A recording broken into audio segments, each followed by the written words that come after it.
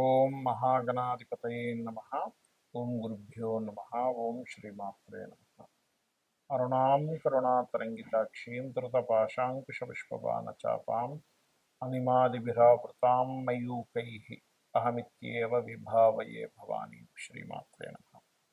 ప్రేక్షకులకి ఆ లలితాంబిక అమ్మవారి యొక్క అనుగ్రహం పరిపూర్ణంగా కలగాలని మనస్ఫూర్తిగా కోరుకుంటూ మనం ఈరోజు వివాహము తర్వాత వాళ్ళ యొక్క లైఫ్ స్టైల్ చాలా మార్పులు వస్తాయండి. వివాహ జీవిత భాగస్వామి గనక మంచి వ్యక్తి వస్తే వాళ్ళ యొక్క జీవితం 90% మారిపోతుంది పాజిటివ్గా. అదే సరైన వ్యక్తి రాకపోతే 99%, 90 నుంచి 99% కూడా కావచ్చు, ఒక్కోసారి నెగిటివ్లోకి వెళ్ళిపోతుంది. మరి వివాహం తర్వాత కొన్ని సంఘటనలు వాళ్ళలో ఇవాళ రేపు మనం చూస్తున్నాం. భార్యని భర్త చంపేయడం, భర్తను భార్య చంపేయడం, చాలా సంఘటనలు ఈ మధ్య మరి ఈ నెల అయితే ఎక్కువగా చూసాం. మరి మీకు కలిసి రావాలి, మ్యారేజ్ తర్వాత ఎటువంటి ఇబ్బందులు కలగకుండా ఉండాలంటే ఏం చేయాలి, అసలు ఎటువంటి కాంబినేషన్ ఉంటే ఎటువంటి లగ్నం వారికి వివాహ సంబంధంగా బాగుంటుంది, బాగోకపోతే ఏ పరిహారాలు చేసుకోవాలి అనేటువంటి విషయాలు ఇప్పుడు మనం తెలుసుకుందాం. అయితే ఈ విషయాలు చెప్తుంది నేనైనప్పటికీ కూడా చెప్పిస్తుంది సాక్షాత్ లలిత అమ్మవారిగా భావిస్తూ ఒక్కొక్కరు మకర లగ్నము, మకర రాశి, మకరం వారి కనుక చూసుకున్నట్లయితే వాళ్ళ యొక్క రిలేషన్ అనేటువంటిది ఎలా ఉంటుంది. సర్వసాధారణంగా ఆ ప్లానెట్స్ మారిన దాన్ని బట్టి మారుతుంది అనుకోండి. లగ్నాధిపతి శని, సప్తమ స్థానాధిపతి చంద్రుడు అవుతాడు. ఎప్పుడైతే ఈ శని చంద్రులు అవుతారో వీళ్ళు ఇచ్చేటువంటి రిజల్ట్ ఏమిటి, ఎలాంటి రిలేషన్ ఉంటుందంటే ఒకరికొకరు శని చంద్రులు బాగున్నారు. ఇంకా ఎలా ఉంటుందంటే వాళ్ళకి భార్య ఏదైనా చేస్తుంటే ఇతను సహాయపడుతూ ఉంటాడు, భర్తకి ప్రతిదీ కూడా సమకూరుస్తూ ఉంటుంది భార్య. ఇది శనిచంద్రులు మనకు బాగుంటే ఖచ్చితంగా ఉంటుందండి, ఇందులో ఎటువంటి సందేహం లేదు. అలా కాకుండా ఒకవేళ చంద్రుడు పాడయ్యాడు మకర లగ్నం వారికి, చిన్న చిన్న విషయాలకే మనస్పర్ధలు వచ్చేస్తుంటాయి. చిన్న చిన్న విషయాలకి జీవిత భాగస్వామి నొచ్చుకుంటూ ఉంటారు. మరి ఇప్పుడు ఏమైందని, ఎందుకు ఇలా నొచ్చుకుంటున్నావు అనిపిస్తూ ఉంటుంది వీళ్ళకి. కానీ అవతల వాళ్ళు తొందరగా ఎమోషన్ అయిపోతూ ఉంటారు. ఎందుకంటే సప్తమ స్థానాధిపతి ఇక్కడ చంద్రుడు అయ్యాడు. చంద్రుడు వివాహం అయ్యే వరకు వివాహ జీవితాన్ని, అంటే వివాహ జీవిత భాగస్వామి యొక్క లక్షణాలను చెప్తుంది. 12వ అధిపతి అయినటువంటి గురువు ఆఫ్టర్ మ్యారేజ్ తర్వాత మీ యొక్క జీవితం ఎలా మారబోతుందో చెప్తుంది, గుర్తుపెట్టుకోండి. అంటే ఒక మంచి ధనవంతులు అవుతారా, లేకపోతే ఉట్నే సేవల్లో తిరుగుతూ ఉంటారు. కొంతమంది చూడండి సేవా కార్యక్రమాల్లో తిరుగుతూ ఉంటారు. ఏంటంటే అంటే నాకు ఇదే ఇంట్రెస్ట్ అండి, నేను ఏ జాబ్ చేయనంట. బికాస్ ఆఫ్ 12th లార్డ్షిప్కి 3rd లార్డ్షిప్ రావడం వల్ల. లేదా ఇల్లు మారుతారా, ఇట్లాంటివి చాలా ఉంటాయి ఒక జాతకంలో. ఆఫ్టర్ మ్యారేజ్ తర్వాత ఎలా ఉంటుంది, బిఫోర్ మ్యారేజ్ అవ్వకపోతే ఏం చేయాలి. ఇక్కడ ఏంటంటే చంద్రుడు ఎక్కువగా పాడయ్యాడు. ఏ ప్లానెట్ ద్వారా పాడయ్యాడో చూడండి, ఒకటి పాయింట్ నెంబర్ 1. రెండవది, సప్తమ స్థానము ఎప్పుడు చంద్రుడే తీసుకోడు. చంద్రుడితో పాటు ఆయన పోర్ట్ఫోలియో ఇంకోళ్ళకి ఇచ్చేస్తాడు. బట్ బేసిక్ లెవెల్లో మాత్రం చంద్రుడు మీకు రూల్ చేస్తాడు. అలా మీకు సప్తమ స్థానాధిపతి ఎప్పుడైతే ఇంకో గ్రహానికి రూల్ చేస్తున్నాడు, ఇంకో గ్రహానికి పోర్ట్ఫోలియో అందించాడో ఆ ప్లానెట్ని పర్టికులర్గా పట్టుకోవాలి మీరు. పట్టుకొని దానికి సంబంధించిన రెమెడీ కనుక చేశారా, వివాహం అవ్వట్లేదని బాధపడే వరకు వివాహం అవుతుంది ఒకటి. రెండవది, అది చేయడం వల్ల ఇంకొక గొప్ప యోగం ఏంటంటే మీ జీవిత భాగస్వామికి గవర్నమెంట్ రిలేటెడ్ ధనయోగం కూడా యాక్టివ్ అవుతుంది, గుర్తుపెట్టుకోండి. అలాగే మరొక విషయం ఏంటంటే అయితే వాళ్ళు ఎలిజిబుల్ అయ్యి ఉంటారు. ఎలిజిబుల్ ఏమీ అవ్వకుండా ఏమంటే 7వ తరగతి చదివారండి కలెక్టర్ పోస్ట్ రావాలంటే రాదు. నేను చెప్తాను, ఎలిజిబుల్ అయ్యి ఉండి రాని వారికి చెప్తున్నాను నేను ఈ విషయం. అలాగే 12వ స్థానాధిపతి బాగున్నాడు, అప్పుడు మీలో ఒక మంచి గురువు యాక్టివ్ అవుతాడు. అంటే మీరు ఒక మంచి గైడింగ్ చేసే వాళ్ళలాగా మారడం, ఇటువంటివన్నీ కూడా ఇస్తాడు. బికాజ్ ఆఫ్ ఇక్కడ ఉండే కాంబినేషన్ సప్తమాధిపతి చంద్రుడు, వ్యయాధిపతి గురువు, వీళ్ళిద్దరూ కలిస్తే గజకేసరి యోగము ఏర్పడేటువంటి కాంబినేషన్. కాబట్టి ఇక ఇక్కడ మనం అర్థం చేసుకోవాల్సింది అసలు 12వ అధిపతి ఎలా ఉన్నాడు. 12వ అధిపతి గురువు ఎక్కువగా శని రాహు వల్ల పాడవుతాడు. ఈ శని రాహులతో ఏమైనా కనెక్ట్ అయ్యాడు, అప్పుడు దానికి సంబంధించిన దానం నేను మీకు వీడియోలో ఏ దానికి ఏ దానం ఇవ్వాలి, ఏ గోసేవ చేయాలని చెప్తాను, అది ఫాలో అవ్వండి, ఖచ్చితంగా బాగుంటుంది. మొట్టమొదటిగా మీ యొక్క సప్తమాధిపతి ఉదాహరణకి రవితో కలిసి ఉన్నాడు. రవి అంటే సూర్య భగవానుడు గ్రహరాజుగా చెప్తూ ఉంటారు. తన చుట్టూ అన్ని గ్రహాలు తిరుగుతూ ఉంటాయి. ఇప్పుడు ఈ రవి ద్వారా కనుక మీ సప్తమాధిపతి కంబస్ట్ అయ్యాడు అనుకోండి, అంటే అస్తంగత్వ దోషంలోకి వెళ్ళిపోయాడు. దాన్నే మనకి మౌఢ్యమి అని కూడా అంటారు గోచారంలో. అప్పుడు సూర్య భగవానుడికి చేసుకోవాలి. అంటే ఏంటి? సూర్య ఆరాధన చేసుకోవడం, ఆదిత్య హృదయం చదవడం, గోవులకి గోధుమ రవ్వ తినిపించడము,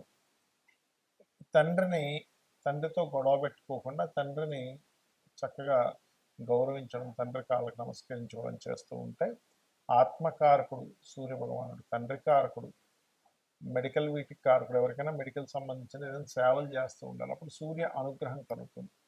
అలా కాకుండా అంటే ఇప్పుడు ఒకవేళ సూర్యుడితో కనుక సప్తమాధిపతి ఉంటే కొంచెం డామినేటివ్గా ఉంటారు, శుక్రుడు ఉన్న సూర్యుడితో అలా ఉంటూ ఉంటారు. లైక్ ఎక్కువగా శుక్రుడితో కనుక సూర్యుడు ఉంటే ఇక్కడ స్పర్మ్ కౌంట్ కూడా తక్కువగా ఉంటుందని చెప్తూ ఉంటారు పురుషులకి. స్త్రీలకైతే వాళ్ళకి వేడి స్వభావం ఎక్కువగా ఉంటుంది. అలా కాకుండా చంద్రుడు సంబంధాలు వచ్చాయి సప్తమ సంబంధానికి. చంద్రుడు అంటే ఏంటి? చంచలత్వము. అది స్త్రీకి కావచ్చు, పురుషుడికి కావచ్చు. మీకు వచ్చే జీవిత భాగస్వామి కాస్త ఎక్కువగా ఎమోషన్గా ఉండడం, కొంచెం స్థిరత్వం లేకపోవడం, ఇలాంటివి జరుగుతుంటాయి. అలాంటప్పుడు బియ్యము దానంగా ఇవ్వడం, ఇందాక రవి అయితే గోధుమలు, బియ్యం దానంగా ఇవ్వడం, గోవులకి ముల్లంగి తినిపించడము, అదేవిధంగా కాస్త నీటి ప్రదేశాలకు వెళ్ళినప్పుడు కొంత జాగ్రత్తగా ఉండడము, ఎక్కువ ఎమోషన్స్ అయిపోయేటప్పుడు వారిని మెడిటేషన్ చేయమని చెప్తూ ఉండాలి. ఏమవుతుందంటే ఓవర్ ఎమోషన్స్ అయిపోవడం, తద్వారా కూడా ఇద్దరి మధ్యన గొడవలు వస్తూ ఉంటాయి.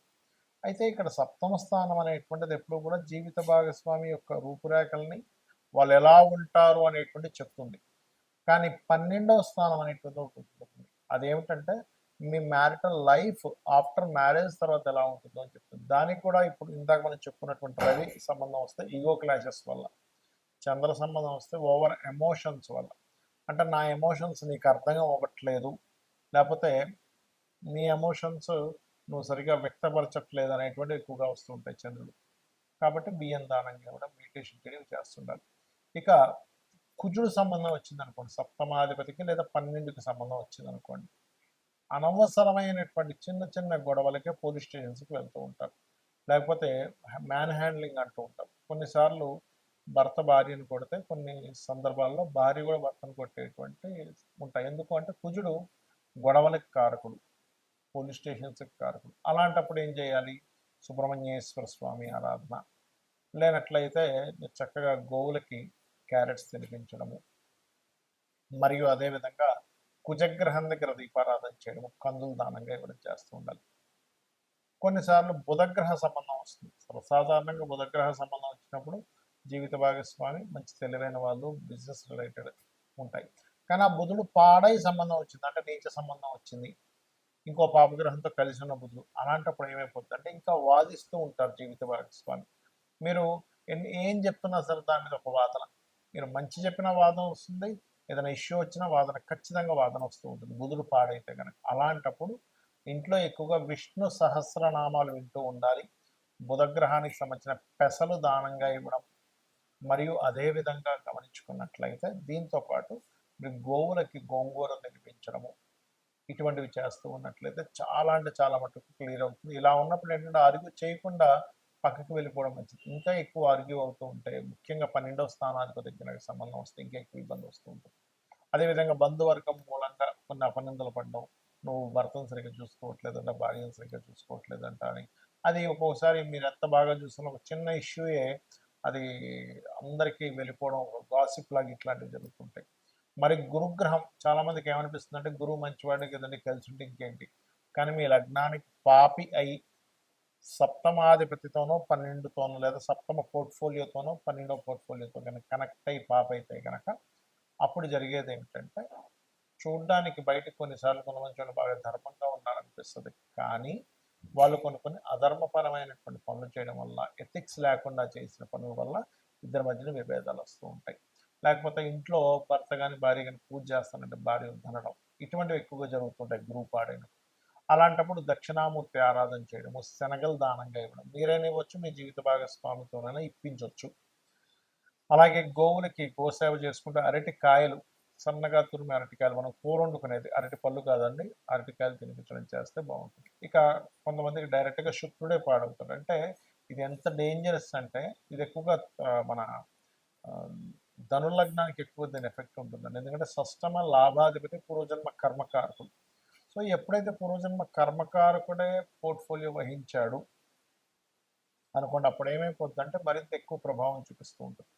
అలాంటప్పుడు శుక్రుడే పాడైనప్పుడు మీరు చేయవలసినటువంటిది లలితా సహస్రనామాలు ఎక్కువగా చేస్తూ తీపి చపాతీలు గోవుకి తినిపిస్తూ ఉండాలి.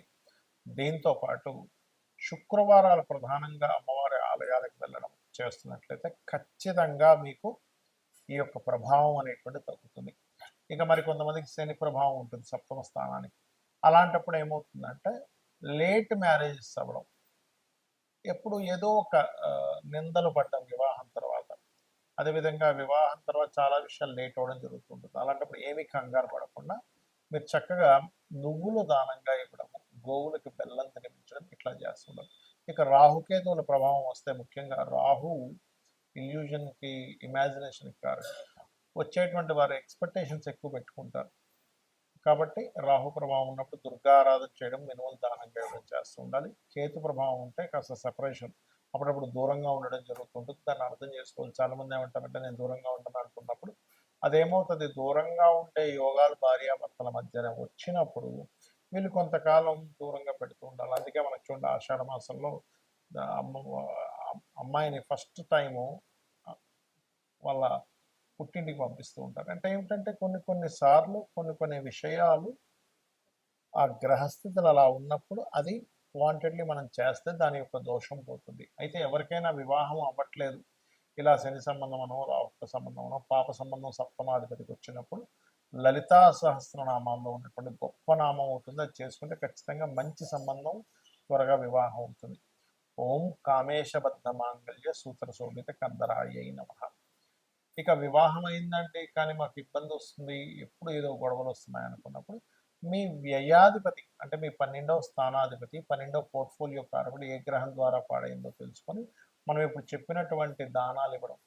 ఇందాక రాహు అనుకోండి మినుములు, కేతు అనుకోండి ఉలవలు దానంగా ఇస్తూ ఉండాలి. అయితే వీటికి దానాలు ఇచ్చుకుంటూ మీరు ప్రత్యేకంగా ఓం శివకామేశ్వరాంకస్త శివ స్వాధీన వల్లభాయే నమః అని చేసినట్లయితే ఖచ్చితంగా బాగుంటుంది.